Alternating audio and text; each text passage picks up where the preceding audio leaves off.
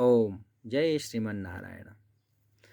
गोपी गीत श्रीमद् भागवत महापुराण 10वां स्कन्द पूर्वार्ध 31औं अध्यायमा कृष्ण विरहमा व्यथित बनेका गोपिनीहरू रातको प्रहरमा यत्र तत्र सर्वत्र वृन्दावनका कुञ्ज निकुञ्जमा कृष्ण मिलनको अभिलाषामा तडपिरहेका गोपिनीहरू जब कृष्ण मिलनको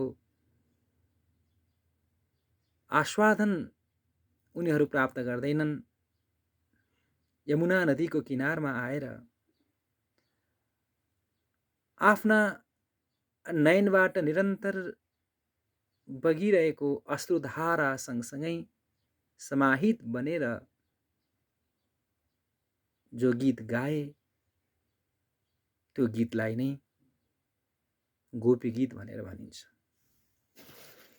कृष्ण विरहको परम अवस्थामा पुगेका गोपिनीहरूले कृष्ण तन्मयतामा जो गीत गाए त्यो गीत नै गोपी गीत हो।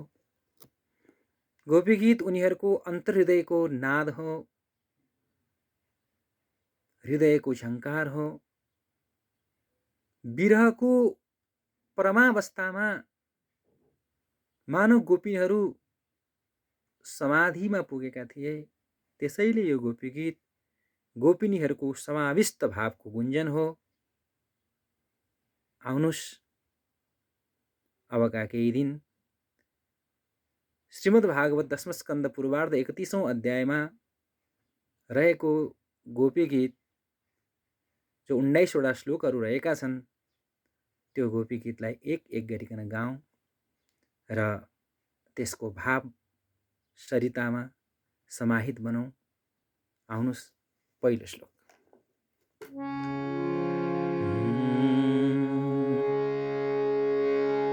गोप्यौचु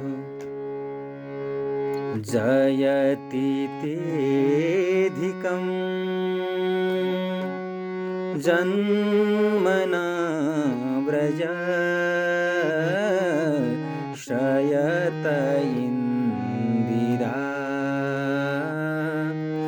सशुदत्र हि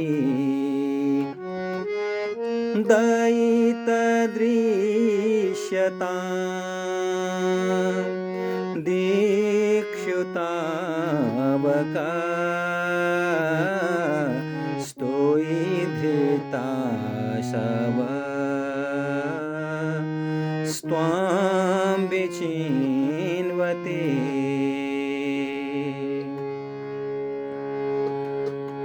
गोपिनीहरू भगवान कृष्णसँग पुकारा गर्दछन्, भन्दछन्, हे कृष्ण, दृश्यता हेर्नुहोस् त, आज यो ब्रजमण्डल कति भव्य, कति सभ्य र कति सुशोभायमान बनेको छ।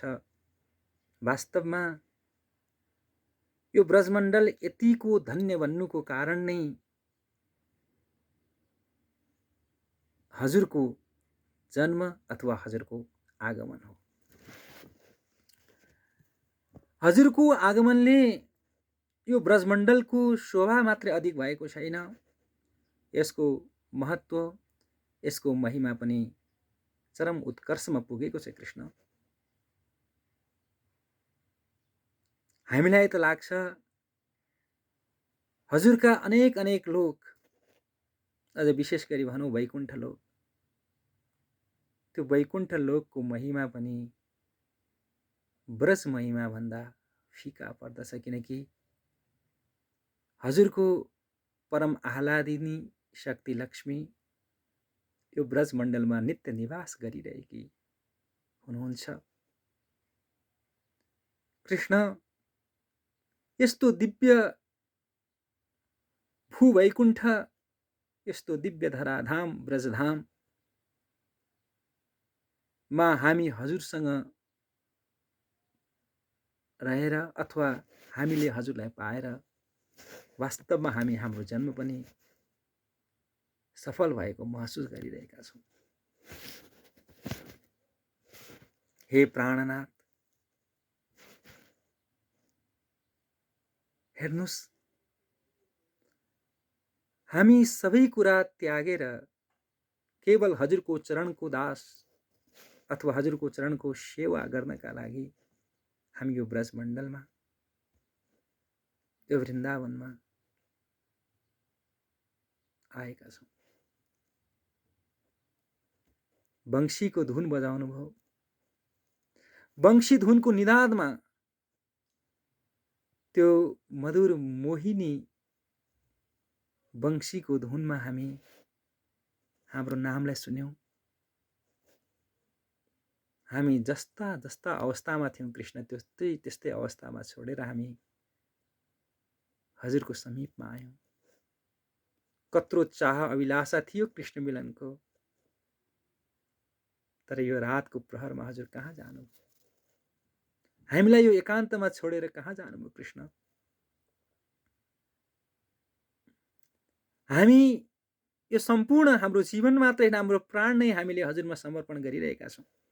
हेर्नुस् त, यो रातको प्रहरमा, यो एकान्त वनमा चारैतर्फ, चारै दिशा दिशा, यत्र तत्र सर्वत्र कहाँ खोजेनौं हामीले हजुरलाई? खोजिरहेछौं तिम्रा दासी, हामी यत्र तत्र सर्वत्र हजुरलाई खोजिरहेका छौं। हे प्राण प्यारा, यो प्रिय वियोगको दारुण घडीमा वास्तवमा हामीलाई बाँच्न मन छैन। हामी यो प्राण उत्सर्जन गर्न चाहन्छौं तर सकिरहेका छैनौं। किन? किनकि तोही धृतराष्ट्र भयो। यो प्राण, यो आशव, यो प्राण हजुरमा अड्किएको छ। यसो भनौं, मानौ हजुरको चरण पिञ्जडामा हाम्रो यो प्राण पखेरु अल्झिएको छ, फसेको छ। त्यसैले हे प्रभु, दृश्यता हामीलाई दर्शन दिनुहोस्। आउनुहोस्, आउनुहोस्। जय श्री